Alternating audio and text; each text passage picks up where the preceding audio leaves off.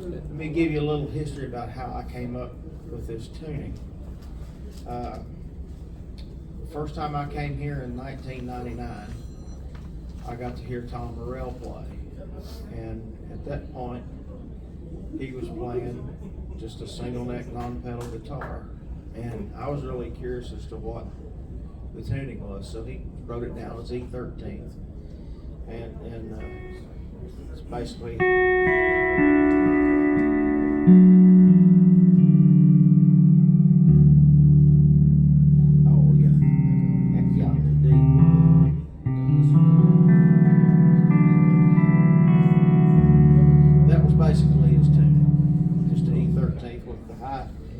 G sharp on top.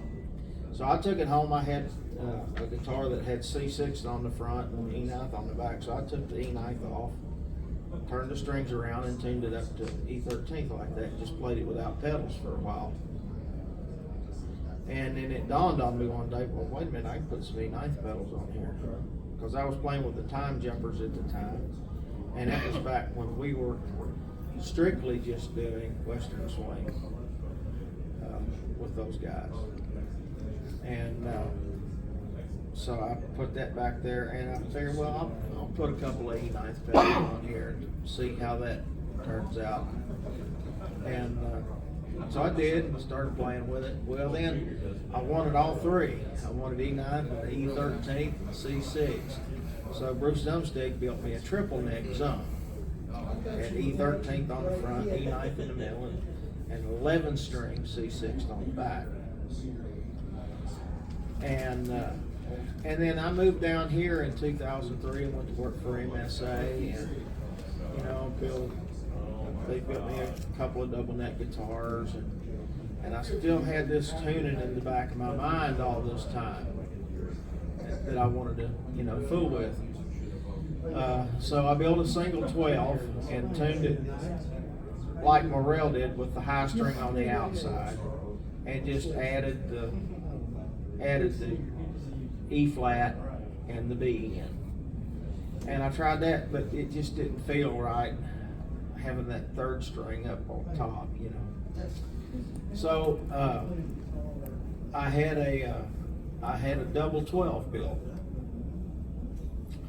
and put an E13th tuning on it, tuned just like E9th, just adding in a 6 note in the middle, and then the low E on the bottom. And I figured out that I could put C6 pedals on it,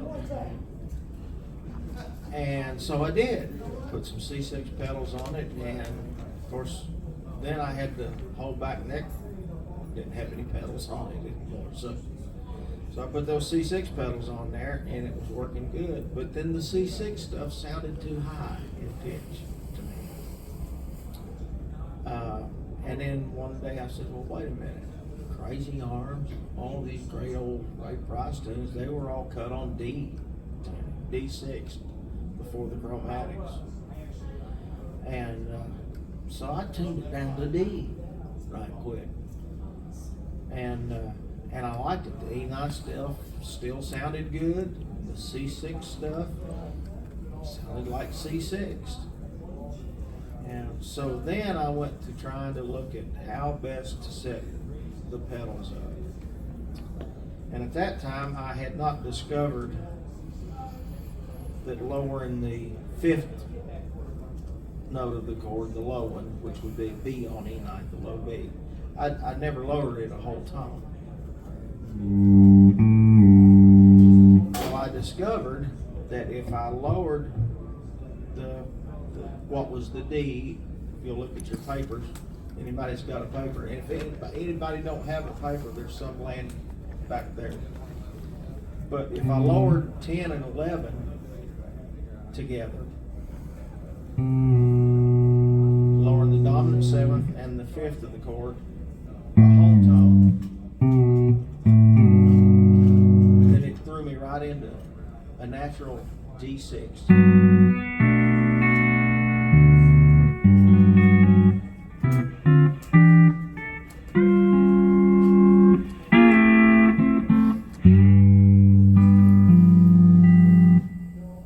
put that on that right knee right, and it all fell into place.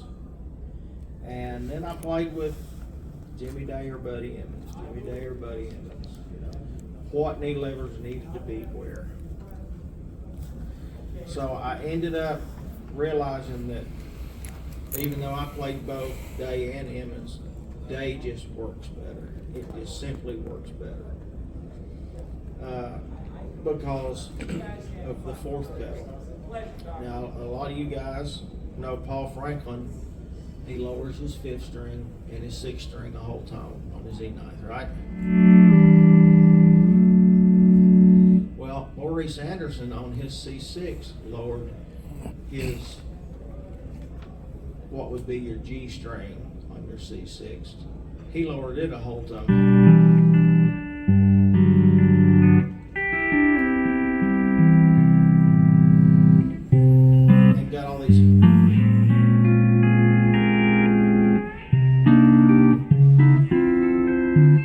Same changes lowering the fifth string on your E9. When you hit that knee lever to the right, it becomes a C6 pedal that I already had on the floor right there all along. So wait a minute, this works in E9 and C6 mode.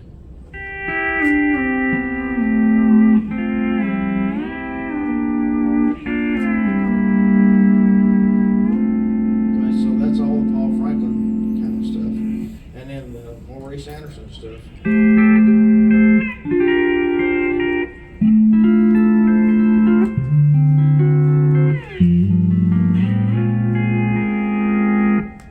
Well, that was one pedal, and on a double neck, I had to have two different pedals to do that, one for each neck.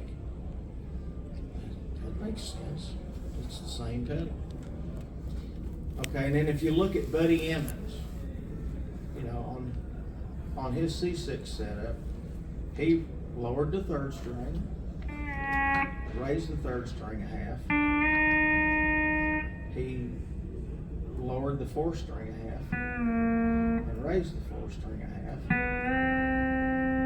Well, on this guitar, it's just raising and lowering your Ds or your E's if you were an E. So what happens there when you do that? Now, let me explain to you. The first three pedals are just your standard E9 pedals. Just A, B, and C. For me, it's C, B, and A. This fourth pedal is like half of the Franklin pedal and the Maurice Anderson knee lever. 5 through 8 are the same as on every C6. It's just pedal 5 through pedal 8. That's all it is. So, with that the raising of the like on E9, raising of the E's. So you got it. Well, if you use it with the fifth pedal,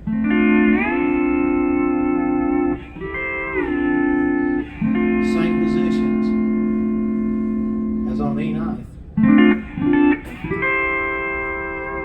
And then if you go, and then if you let off the fifth pedal and go to the sixth pedal,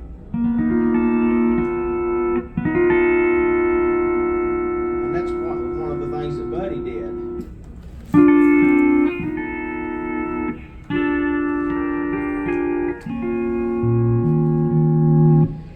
So it's all there, and I'm a big Curly Chalker fan. And Curly had two vertical knee levers on his C6 that were his top secret knee levers. And Curly started with an E on his C6. He didn't have a D or G on the outside. So what those two knee levers did, the one on the left going up, it raised that E a half tone.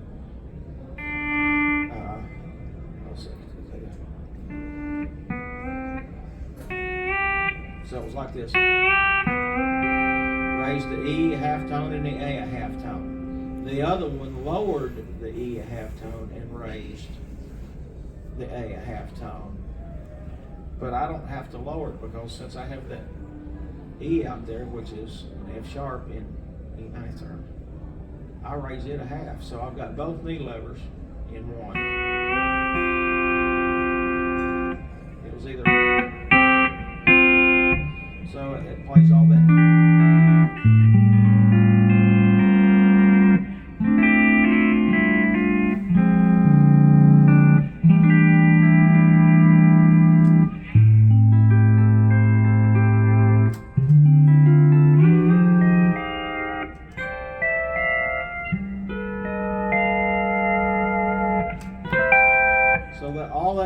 chalker stuff was right there. Now, the only thing that's different about the grips is you have to skip over the 5th string when you're playing E knife. So you play 3, 4, and 6, and then 4, 6, and 7. And those are your grips. And then, of course, you have your skips down here. But the C6, it's all right there. There's no skipping, unless you want to skip over this note here. So some of the things that you have on here that you don't have on a typical C6 is, for one thing,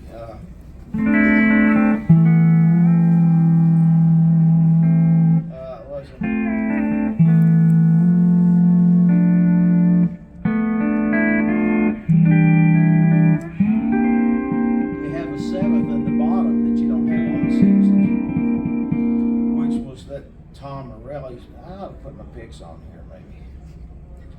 You know, Tom had that thing going on down in the low end with the 7th that he played Western Swing on, you know.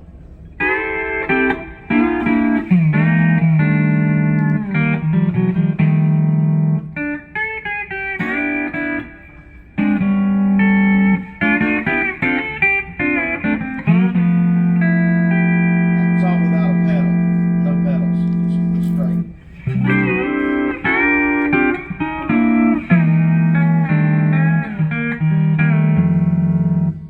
So that gives you that 7th in the bottom and this. And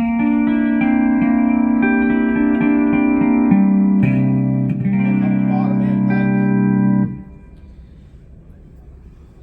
there. So I'm sitting here looking at my triple neck guitar and saying, wait a minute, I don't need all them necks and all them strings. I've got it all.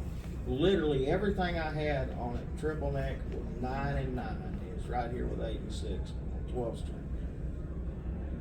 Every bit of it.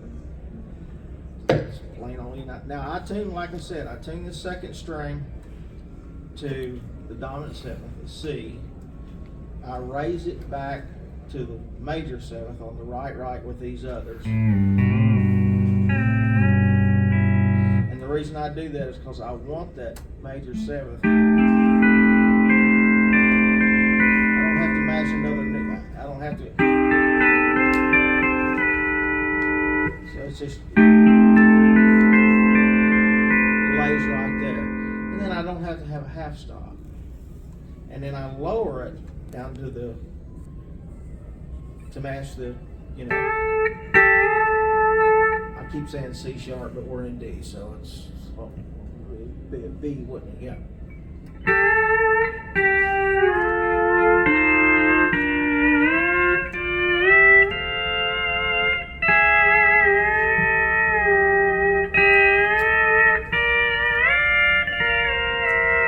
And how hard is it to hit that half stop in tune? It's difficult. You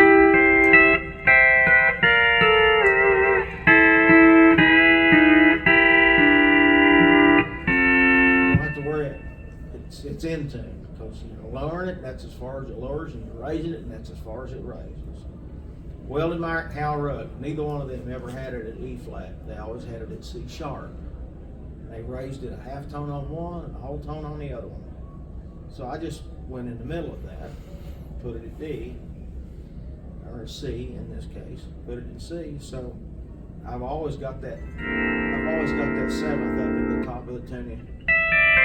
I don't have to hit a knee pedal to get that. I only have to hit a knee lever to resolve it one way or the other. All those old great Weldon Myrick licks you heard on Connie Smith records.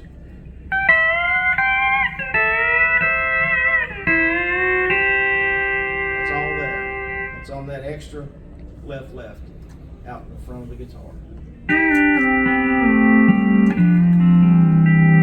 And then I lower that 6th note in the middle a half tone on that same knee lever.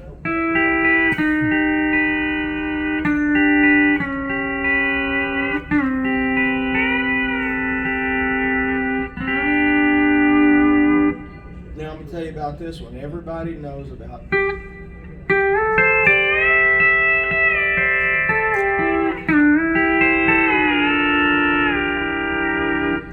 Well, that's all the country raising the first string stuff. But Maurice Anderson, he always lowered the third of his chord at the top a whole tone. He lowered it for stuff like.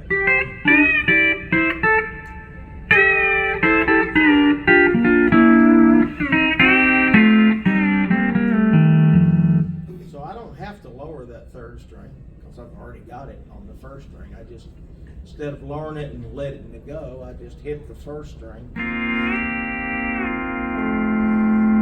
it's there. So okay, that resolved my Maurice Anderson stuff. That's all there. Cool.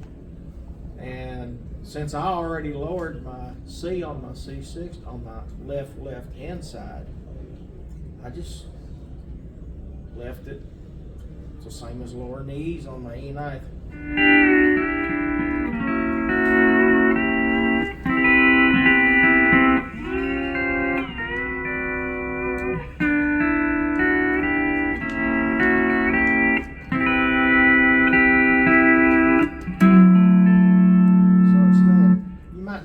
Want both of them, but you just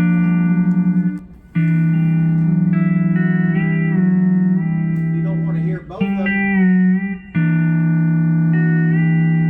you just mute it so it doesn't get in the way. So, you know.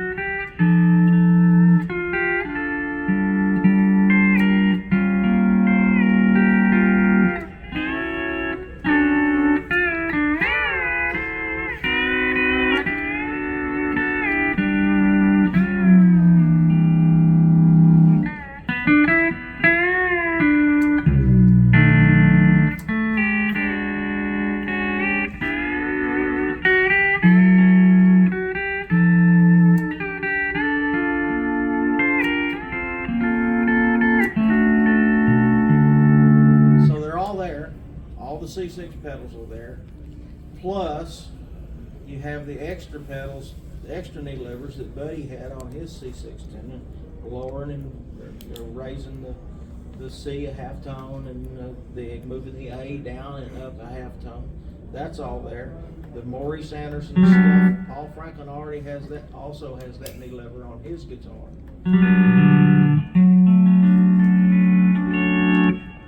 So there's nothing missing. It's all there. And unlike other universal tunings, like David plays B flat 6, well, he has to hold this knee lever in over here to play anything E9. He has to hold it. Because, I mean, it's tuned down half tone. Now, he don't have to hold it when he plays C6 kind of stuff, but he's got to hold it for the E9 stuff. This one, the only time you have to hold a knee lever is when you're playing those 10th and 11th strings. E9 B6 to play anything C60, you had to hold a knee lever in and move back 2 frets. You know, it was here. You don't have to do that here. It's so D is D, A is A. You know. You don't have to, okay, I'm playing B flat 6 now, and I'm going to play an E flat 9, and then I'm going to play a B6. I couldn't stand that. I couldn't stand thinking that way.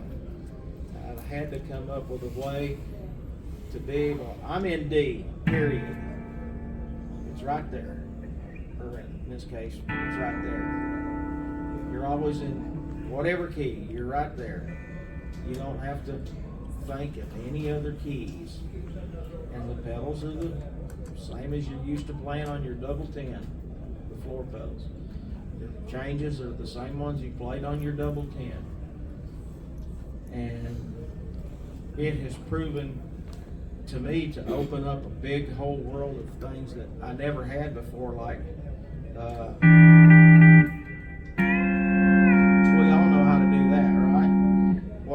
this.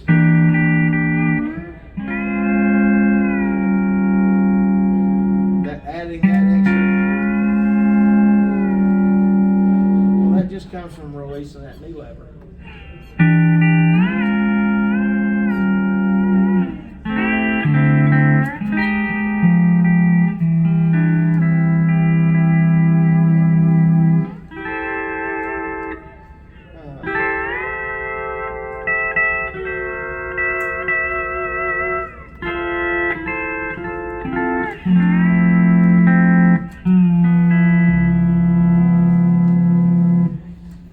So that opened up all those other combinations that I never had before, even on the triple neck.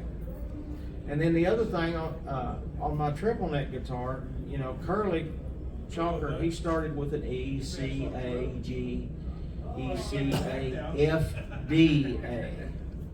He didn't lower that. It was already tuned to that. It was there, which allowed him to do stuff like this.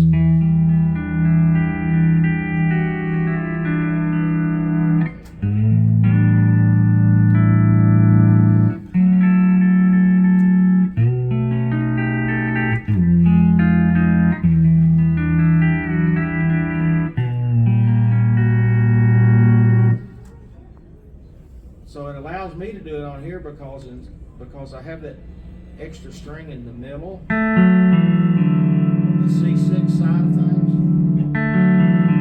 Instead of raising to get that, I lower this one. So when I want to play those big minor sevenths, I just move my thumb back one string to that string that is not raised.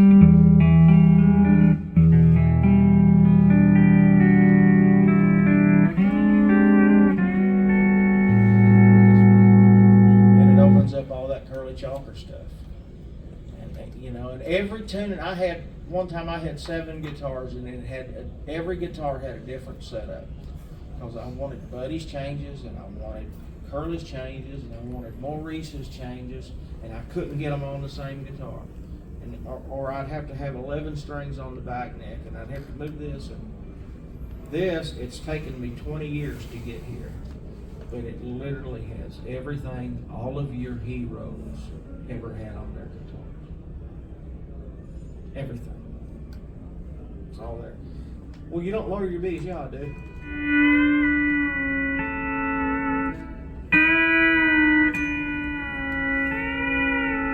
It's the same as your 5th pedal on your C6. You're playing any line stuff.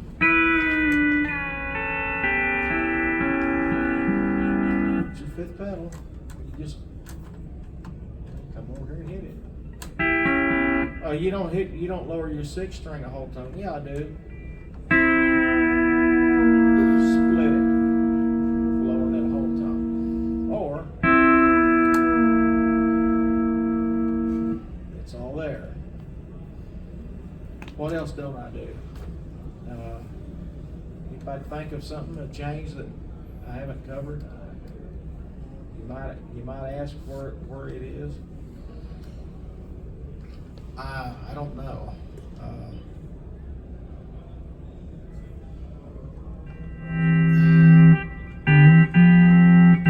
Y'all heard Buddy go. I'm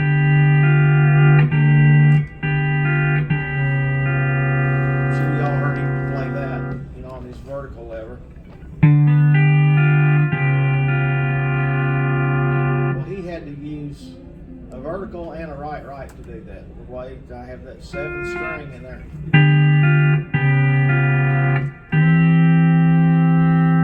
Or he can go further than that.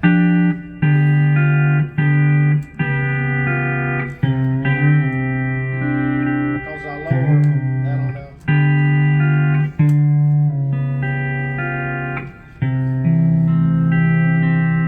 So resolve that note all the way down to the root.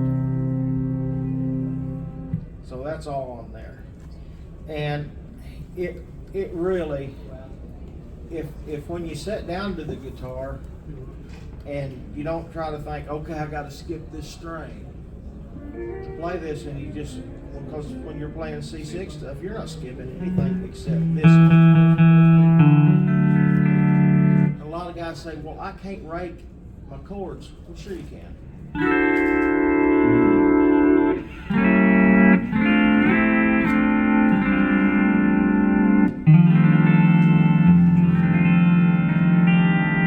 the way across.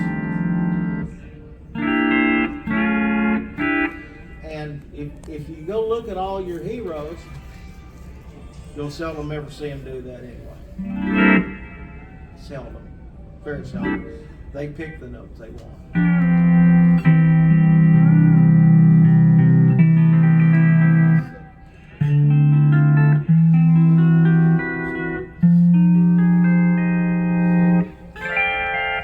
And for a long time, I left what would be your 7th pedal off because I had it here on the outside.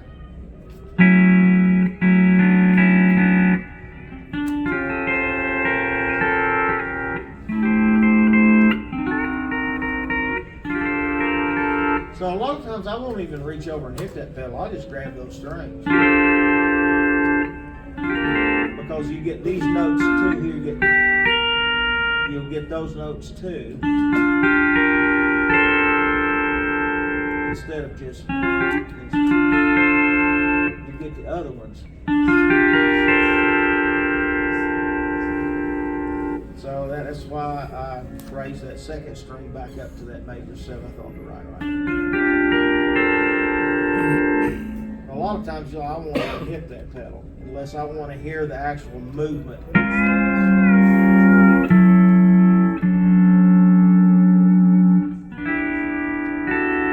I'll do that. I do this a lot.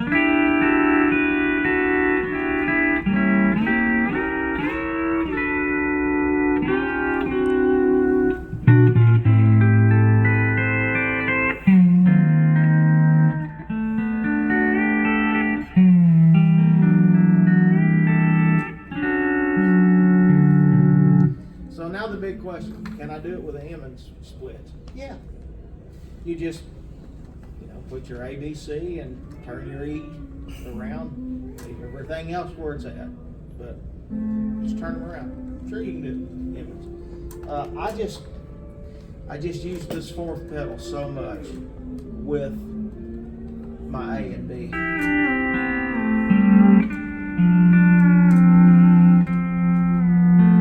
It's just a matter of me pivoting my heel over there to do that thing. So it's right there. And, if my theory is if you're going to fool with a new tune, you might as well turn the pedals around anyway. Because this is really the best layout for it. Anybody have questions? Anybody ask questions? No. Surprising. Joan has a question. Dennis and I were talking the other day about what you're doing there. Yeah.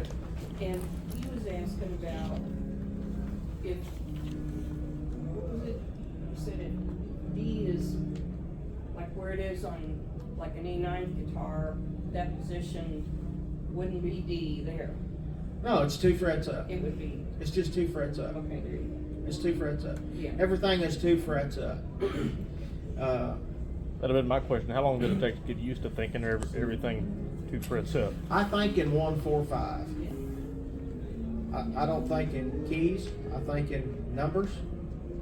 So if you think, okay, what key am I in?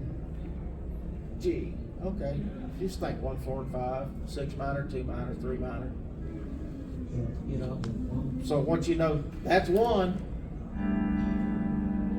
it don't bother you anymore. C6, it's open would be C. Well, C would be on the 1st fret, the 2nd fret. So it's down 2 frets for E and up 2 frets for C. So you don't have to think of it. And the reason I started to do E flat, And then I thought, no, that's too much thinking about that. But I wanted to, for playing jazz tunes, I wanted an E flat down here. So I went with D. So that my first position is E flat. For like.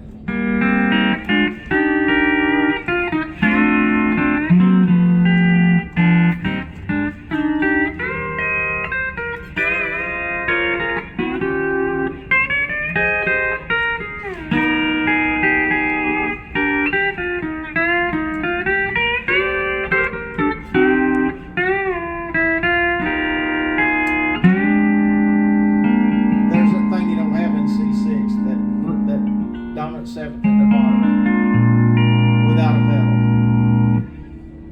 So that's why I settled on D, and I just remembered all those Ray Price records from the late 50s. Everything was in D, and first time I went and played with other steel players, I thought, now this is gonna sound funny next to theirs. But then I noticed it didn't. And then I've had a couple guys come up to me at jobs where I played and said, what tuning is that? D13th. Sounds like E9, but then it sounds like C6. It's because it's just perfectly in the middle. It doesn't get too high, it doesn't get too low. B flat was always, I played B flat for a while. It was just too low for me. And, I like things to sparkle. And so B flat was just too low for me. So I settled on D.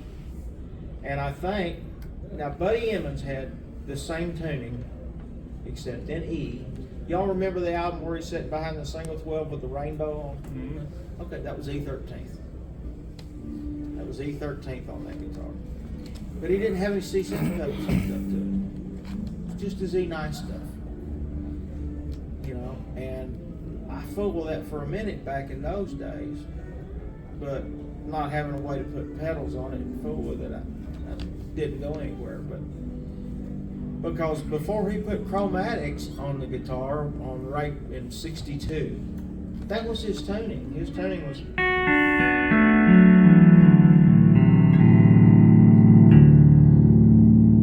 That was the tuning. Those 10 strings. And when he put the chromatics on, he got rid of that low E and got rid of that C sharp. Moved everything back with them chromatics. So this is not really, it's not new to us at all. It came before E9th chromatic. Yes. Did you ever fool with putting those chromatics in order? Well, yeah, I did, actually. When I first started trying to come up with this tuning, it was.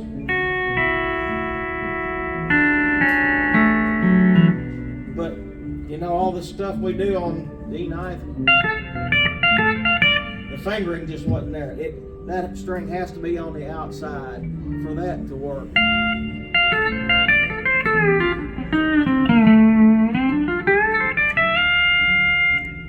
That was what I found difficult. Plus that third string, when it's on the outside, has no walls whatsoever. It just loses everything. So I just moved it back. Put it all back in order.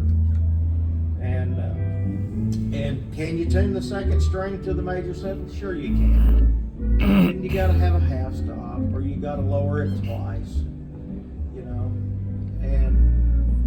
And then when you're playing this kind of stuff,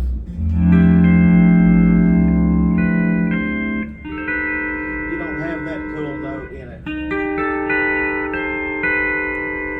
I love that dissonant right there.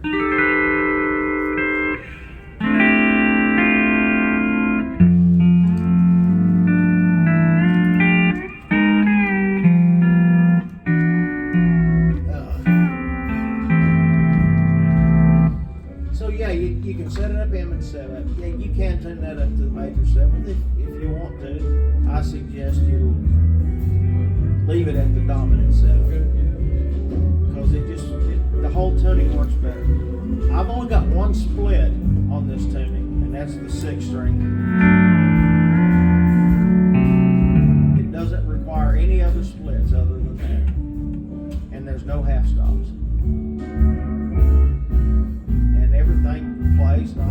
feels good. The other thing, if you ever have one built for you, if you decide to build one, move the knees that's on the left side of the guitar to the right about maybe 2 inches. And that allows you to be able to go over here and hit this pedal, these pedals, without raising your E's all the time accidentally. And then, you know, and also lets you lower the E's or the D's.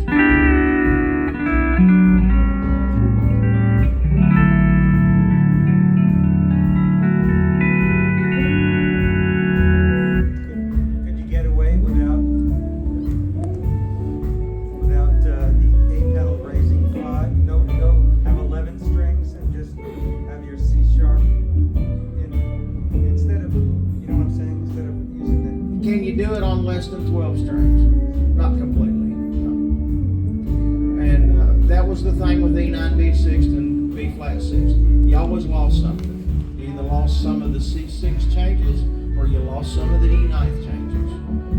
You know, and I even had an E9, B6 one time built, Bruce Umstick built it. It had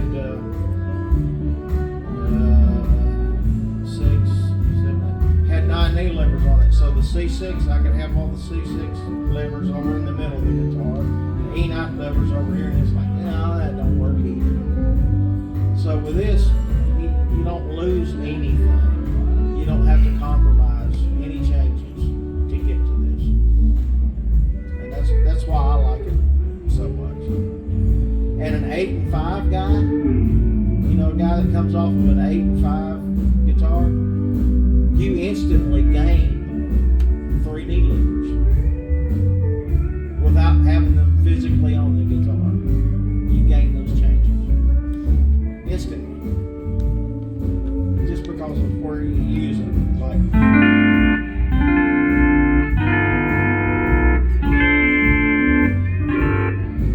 so, and you gain this.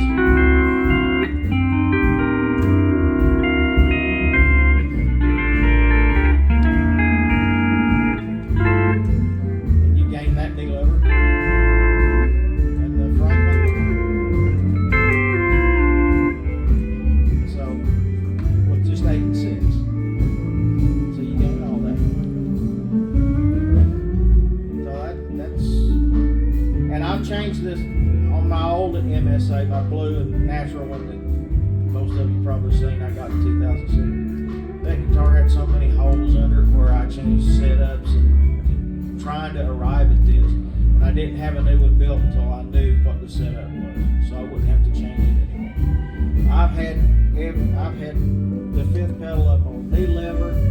I've had the A and B pedal over in the middle of the guitar. Put other stuff to either side of it, and I've had every knee lever on every position possible, and this is just the best way to do it.